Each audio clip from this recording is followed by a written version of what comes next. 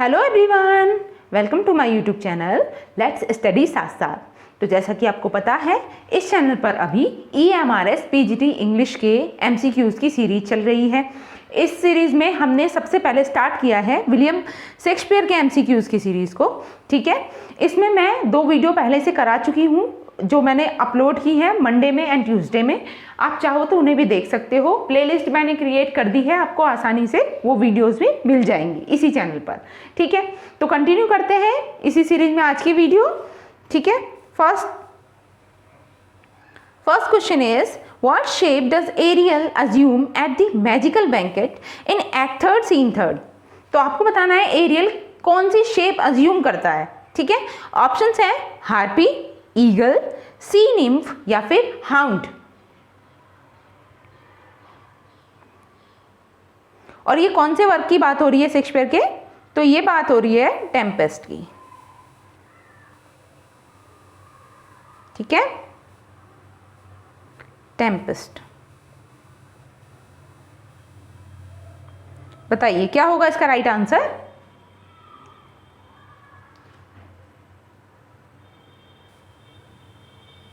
सोचिए और आंसर कीजिए।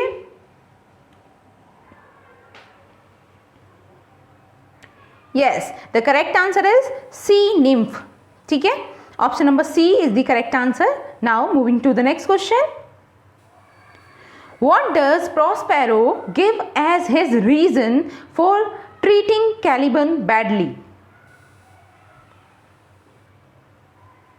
Options are Caliban tried to kill him, Caliban tried to steal his books, Caliban is merely a beast, Caliban attempted to rape Miranda.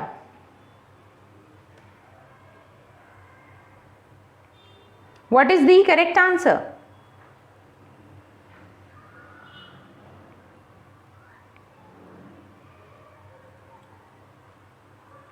सोचिए, answer कीजिए। और ये सारे most of the questions Tempest से हैं और ये समरी बेस्ड क्वेश्चंस हैं। जितने भी ये टेम्पेस्ट के क्वेश्चन सारे हैं, अगर आपको समरी पता है तो आप आसानी से इन्हें भी कर लोगे।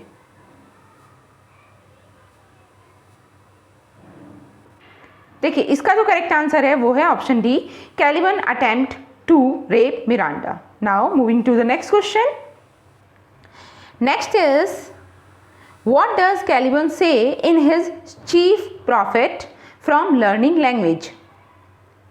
Options are he knows how to curse, he can show Prospero the qualities of Isle, he can woo Miranda, he can sing with Trinculo and Stefano.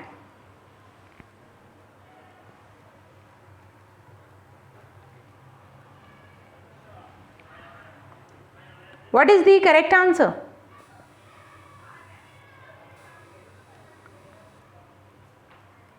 सोचिए, आंसर कीजिए।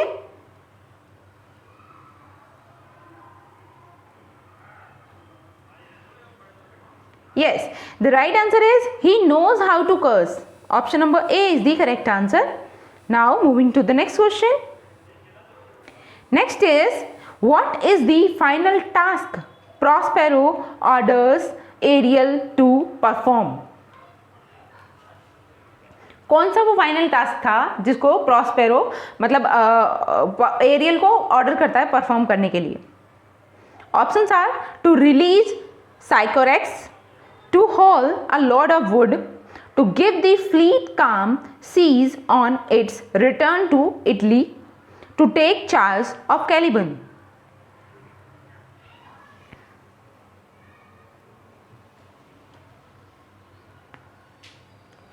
क्या होगा इसका right answer?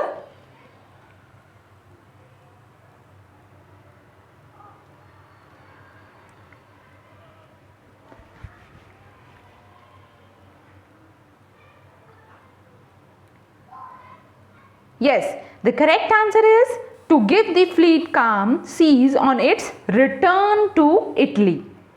Now moving to the next question. Next is how does Antonio plan to respond to Shylock's insistence to collect his pound of flesh? तो ये basically किस work की बात हो रही है शेक्सपियर के? देखिए, एंटोनियो नाम का कैरेक्टर और साइलॉक, कौन से वर्क में होते हैं? ये होते हैं मर्चेंट ऑफ वेनिस में, ठीक है। तो मर्चेंट ऑफ वेनिस की इससे ही ये क्वेश्चन है, how does Antonio plan to respond to Shylock's insistence to collect his pound of flesh? Options are with anger and violence, with begging, with reasoning या with quietness of spirit.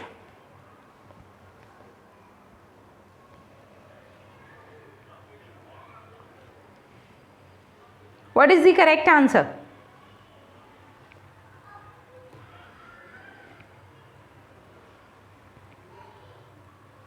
Yes, इसका जो right answer है वो है with quietness of spirit, ठीक है। Option number D is the correct answer. Now moving to the next, what does Bassanio offer Shylock to persuade him to forfeit his bond?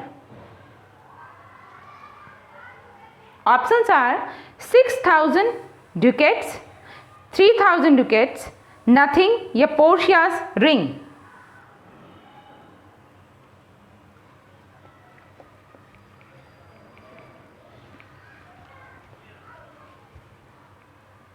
What does Bassanio offer Shylock? ये भी merchant of Venice से ही है question. बताइए क्या होगा इसका right answer? Yes, the correct answer is 6,000 ducats, ठीक है। Option number A is the right answer. Next is, what does Shylock do in anticipation of the judgment? क्या करता है साइलॉक? ऑप्शंस है, buy some spices, whet his knife, writes an apology, looks out the window।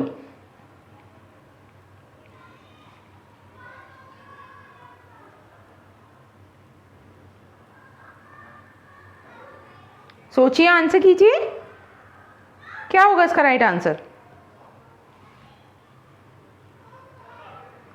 Yes, the correct answer is with his knife, ठीक है। Option number B is the right answer, with his knife. Next, what is the name given to the person who comes to judge Antonio's trial? Options हैं, Lorenzo, सैलरिनो, बाल्थेजर, doctor Bellario.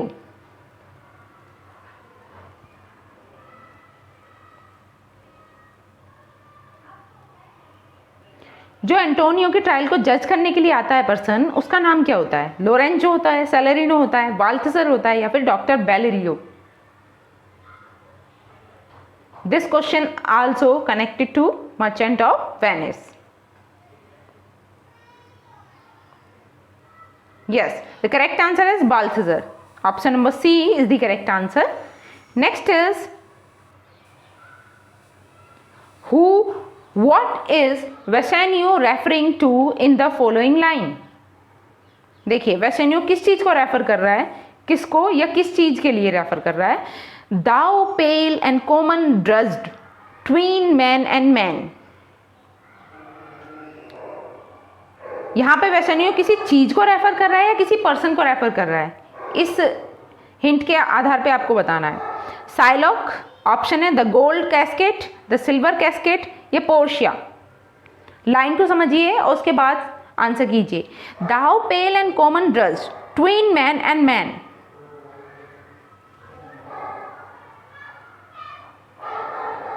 What is the correct answer? देखिए, इसका जो right answer है वो है the silver casket, ठीक है। इसको रेफर करने के लिए ये लाइन दी है। नेक्स्ट है, what does Portia disguised as a lawyer say? मतलब पोर्शिया जब भेस बदल के आती है, लॉयर के रूप में आती है, वो क्या कहती है? What does Portia say that Shylock must not do when he cuts off a pound of Antonio's flesh? Options are, hurt him in any way, leave a single mark, make any noise, spill a drop of his blood।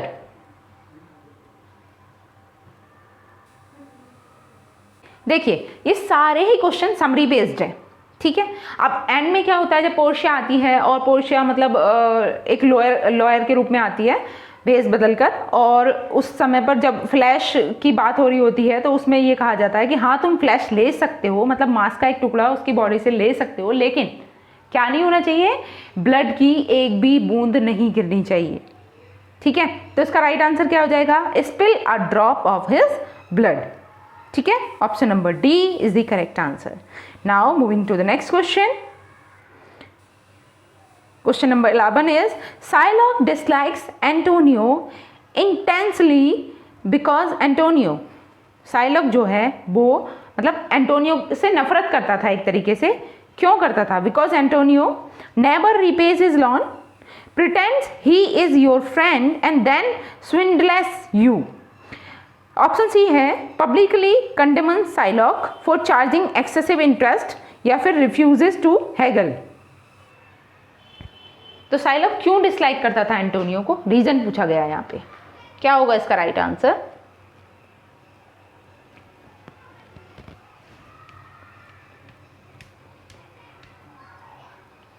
सोचिए, answer कीजिए।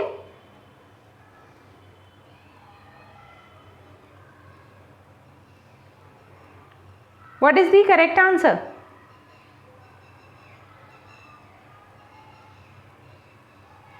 Yes, जो main reason था Psylocke का Antonio को नफरत करने के पीछे, वो ये था कि एंटोनियो जो था वो पब्लिकली कंडेमन करता था साइलॉक को, क्योंकि साइलॉक क्या करता था, एक्सेसिव इंटरेस्ट चार्ज करता था।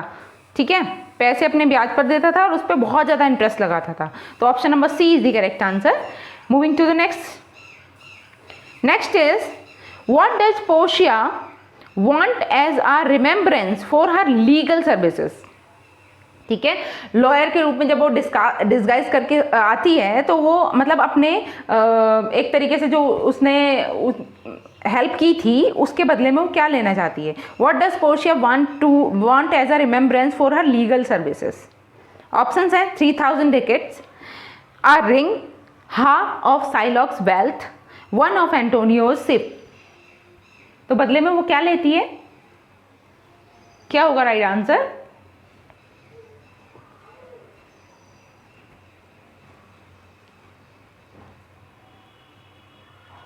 सोचिए, आंसर कीजिए। यस, इसका जो करेक्ट आंसर है वो है अ रिंग, वो बदले में एक रिंग लेती है। Next, when Antonio borrows the money on behalf of Bassanio from Shylock, what are the money lenders term. देखिए, अब ये जो प्ले की स्टार्टिंग होती है उससे क्वेश्चन है। पहले अभी प्ले के जो एंडिंग पार्ट था उससे क्वेश्चन पूछे गए थे। तो स्टार्टिंग में क्या होता है कि ये कहा गया, when Antonio borrows the money on behalf of Bassanio. Bassanio Antonio का फ्रेंड होता है और बेसेनियो के बदले बेसेनियो के लिए बेसिकली एंटोनियो जो है वो लोन लेते हैं साइलॉक से। तो मनी लेंडर टर्म के आधार पे बदले में वो क्या मांगता है, तो ये तो आसानी से आप आंसर कर लोगे। Option A, a pound of Bassanio's flesh for every day the repayment is late. Next है an exorbitant rate of interest. Option C, no interest but Antonio's daughter's hand in marriage if the repayment is late. Next is no interest but a pound of Antonio's flesh if the repayment is late. तो क्या होगा, question को ध्यान से पढ़िए, options को ध्यान से आपको देखना है, उसके बाद आंसर करना है। क्या होगा इसका राइट आंसर? सोचिए, आंसर कीजिए। What is the correct answer? देखिए, ऑप्शन ए भी सही हो सकता था, लेकिन इसमें एक ट्विस्ट दे दिया। ऑप्शन ए में कहा गया a pound of Bassanio's flesh, यहां तक तो सही था, लेकिन for every day the repayment is late, ये रॉन्ग हो गया। ठीक है, अगर हम बात करें तो इसका राइट आंसर होगा option number D, no interest but a pound of Antonio's flesh if repayment is late. ठीक है, option number D is the right answer. Now moving to the next question. Next is Who says the following? By yonder moon, I swear you do me wrong. Options are Antonio, Bassanio, Grantino, Portia.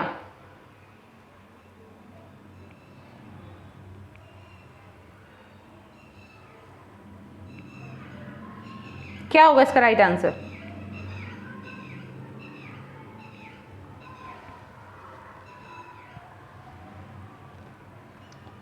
Yes, the right answer is, देखिए इसे Gratiano भी pronounce किया जाता है, तो Gratiano, option number C is the right answer.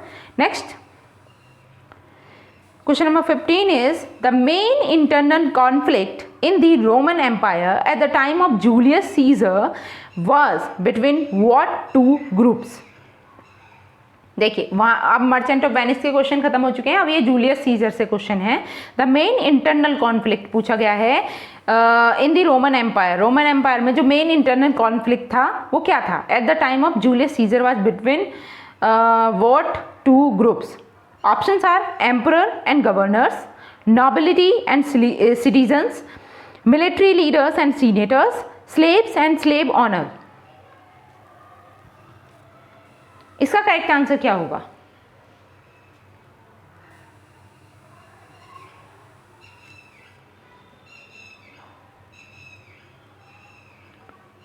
देखिए वो जो टू मेन ग्रुप्स थे वो थे मिलिट्री लीडर्स एंड सीनेटर्स के, ठीक है। Option number C is the correct answer. Moving to the next, Shakespeare seems to have based his play on the biography of Julius Caesar provided by which ancient historian? Options are Plutarch, Pliny, Tacitus या Livy।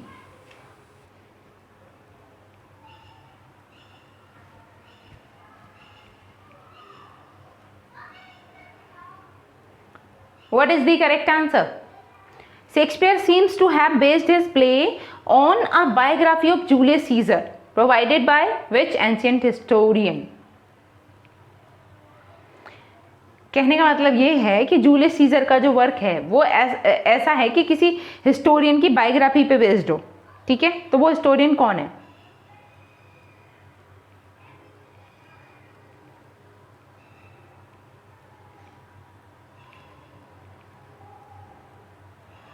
Yes, the correct answer is Plutarch. Option number A is the right answer. Now, next. Why does Cassius leave before Brutus begins addressing the crowd in the Forum? He feels guilty. He is speaking elsewhere. He is angry. He hates crowds.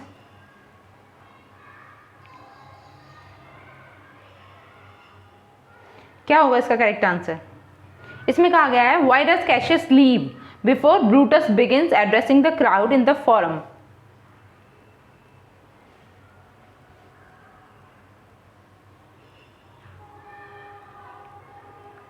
Yes, the right answer is he is speaking elsewhere, ठीक है। Option number B is the correct answer. Next,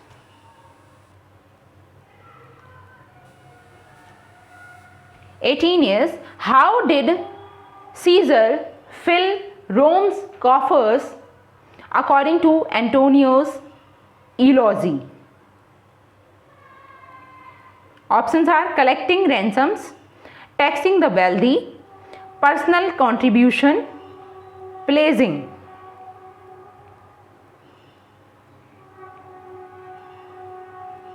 क्या होगा इसका right answer?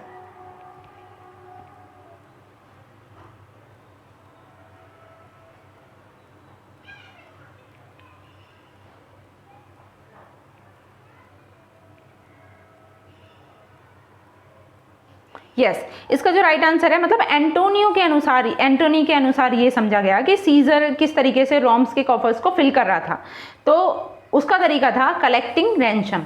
Option number A is the right answer, ठीक है। Moving to the next question. Next is where does Octavius go when he returns to Rome after Antony's eulogy? Options are the Senate, the forum, Antony's house, Caesar's house.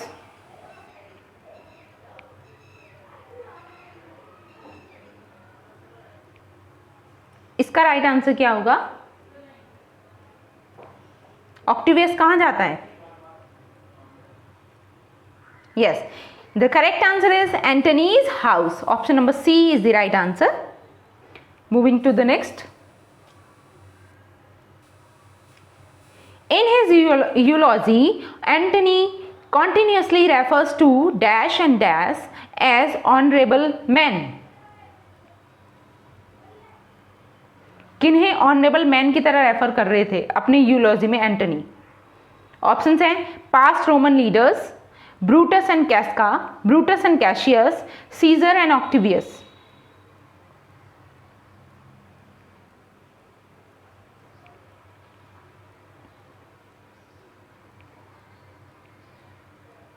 सोचिए, answer कीजिए, क्या होगा इसका correct answer? Yes, इसका जो right answer है वो है option number C, Brutus and Cassius. ठीक है, now next question. When Caesar and his group arrive at the Senate, who is worried that the assassination plot has been discovered? Options are Casca, Brutus, Trebonius, Cassius.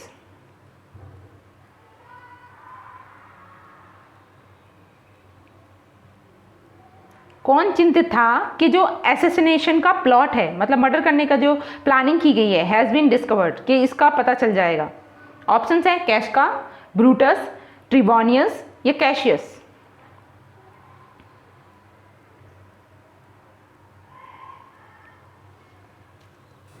क्या होगा इसका correct answer?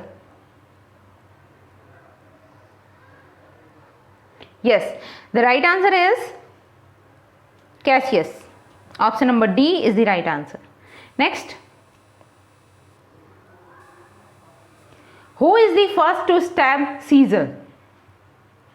Caesar को stab करने वाला सबसे पहला व्यक्ति कौन था?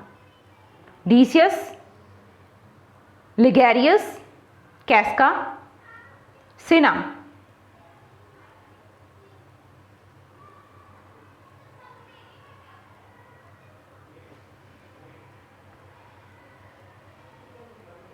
यस, इसका जो राइट आंसर है वो है Casca. Option number C is the correct answer. Next is Brutus tell Antony that their hearts are full of dash after killing Caesar. Brutus Antony से कहता है that their hearts are full of dash after killing Caesar. Caesar को मारने के बाद उनके hertz जो हैं वो फुल हो गए हैं, किससे? जॉय से, पेन से, पिटी से या एम्पैथी से?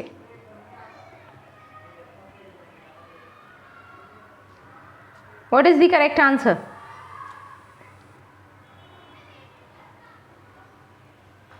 यस, इसका जो राइट आंसर है वो है पिटी। ठीक है, option number C is the correct answer. Next चलते हैं। Next is once he is alone with Caesar's body, how does Antony say he treated Caesar's murderers?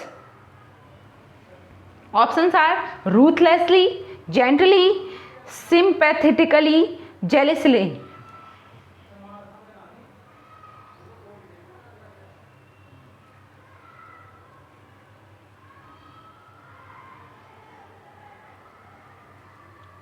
क्या होगा इसका करेक्ट आंसर? और ये सारे ही क्वेश्चन जो अब जैसे पहले जो क्वेश्चन थे वो टेम्पस से थे, उसके बाद हमारे इस सीरीज में अब क्वेश्चन आए मर्चेंट ऑफ वेनिस के, देन अब जूलियस सीजर के। ठीक है, इस तरीके से क्वेश्चंस हैं इसमें। तो इसका जो करेक्ट आंसर होगा वो होगा जेंटली। ठीक है, option number B is the right answer. Next, rightness is all occurs in. ये जो फेमस कोटेशन है या फेमस स्टेटमेंट है, ये शेक्सपियर के कौन से वर्क में हमें देखने को मिलती है? King Lear, Hamlet, Macbeth, Julius Caesar. बहुत ही सिंपल क्वेश्चन है, अक्सर पूछे जाने वाली और फेमस है ये कोटेशन। किस वर्क से है? सोचिए, आंसर कीजिए।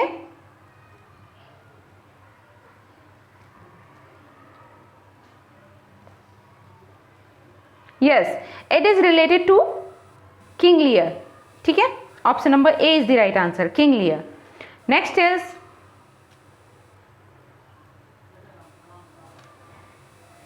Thomas and Henrietta Bowdler's edition of the Family Shakespeare gave rise to the word bowdlerise. What does it mean? देखिए, सबसे पहले आप इस टर्म को समझिए, ये जो बाउडलराइज कहा गया है इसका क्या मीन है, ठीक है। ऑप्शंस हैं the expurgation of indelicate language, the modernisation of archaic vocabulary, the insertion of bawdy songs, the expansion of female characters.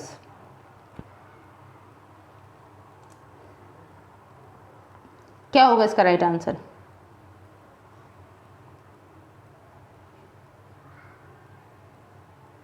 Yes, इसका जो करेक्ट आंसर है वो है option number A, the expurgation of indelicate language.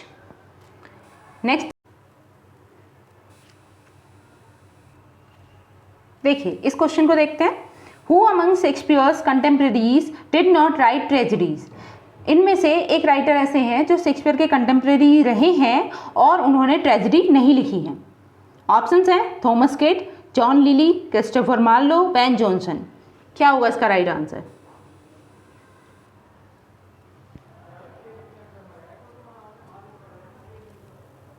सोचिए, answer कीजिए।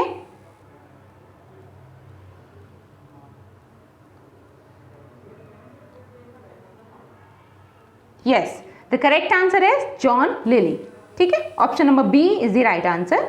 Now moving to the next is which of the following Shakespearean plays is in the correct chronological order। अब यहाँ पर क्रोनोलॉजिकल ऑर्डर में Shakespeare के प्लेस को लगाना है उनकी पब्लिकेशन डेट के अकॉर्डिंग। ऑप्शंस को देखिए ध्यान से, देखिए इसमें कौन कौन से वर्क की बात की गई है। सबसे पहले ये देखते हैं, किंग लियर के बारे में बात है, Hamlet, much Ado About nothing और ट्रोलियस एंड क्रेसिडा, ठीक है। इन चारों वर्क की डेट के अकॉर्डिंग इन्हें सेट करना है। तो सबसे पहला वर्क क्या होगा? Much Ado About nothing, number 1 पे आना चाहिए, ठीक है। उसके बाद है हैमलेट, ठीक है। नेक्स्ट हम देखें तो किंग लियर आएगा, देन इसके बाद ट्रोलियस एंड क्रेसिडा आ जाएगा, ठीक है, ऑप्शन 4 पे। तो किस तरीके मच एडो अबाउट नथिंग सबसे पहले होना चाहिए, option B is the right answer, ठीक है। Much Ado About Nothing, then Hamlet, King Lear, Troilus and Cressida. Now next question, like Cordelia, the fool in King Lear is। Options हैं killed by Gonville's troops, referred to by Lear as a child, disliked by Regan and Cornwall, और next है punished for not telling the truth। इसमें कहा गया है कि जैसे कि कॉर्डेलिया को के साथ हुआ था उसी तरीके से किंग लियर में फूल के साथ भी होता है। तो जो फूल होता है उसके साथ क्या होता है बताइए? कॉर्डेलिया के साथ क्या हुआ था? उसे पनिशमेंट मिली थी क्योंकि उसने अपने फादर की ज़्यादा तारीफ नहीं की थी, उसने जो सच्चाई थी वो बोली थी, ठीक है। तो अब यहाँ पे क्या होगा?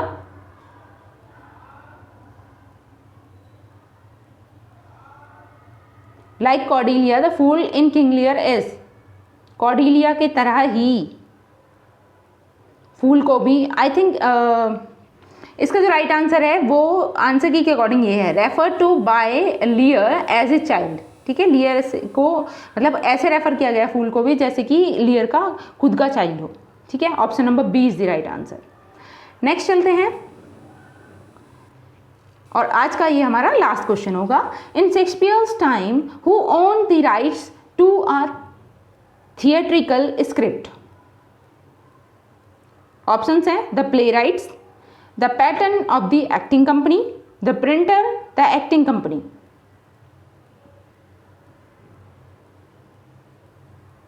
तो किसके हाथ में राइट्स होते थे थिएट्रिकल स्क्रिप्ट के? मतलब किसको ये अधिकार प्राप्त था?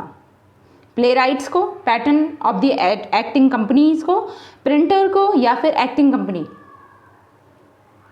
यस, इसका जो करेक्ट आंसर है, एक मिनट,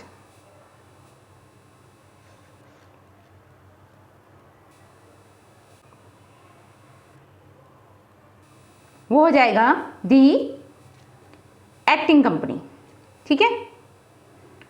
तो आज के लिए हम इतना ही रखेंगे। आई होप मेरी ये वीडियो आपको अच्छी लगी होगी, और अगर वीडियो अच्छी लगी है तो आपको क्या करना है, आपको लाइक करना है, शेयर करना है ज़्यादा से ज़्यादा, और अगर इस चैनल पर नए हैं तो प्लीज़ इस चैनल को सब्सक्राइब कीजिए और इसी तरीके की MCQs पाने के लिए जुड़े रहिए मेरे चैनल के साथ। तब तक के लिए thanks for watching, keep learning and keep supporting me. Thank you.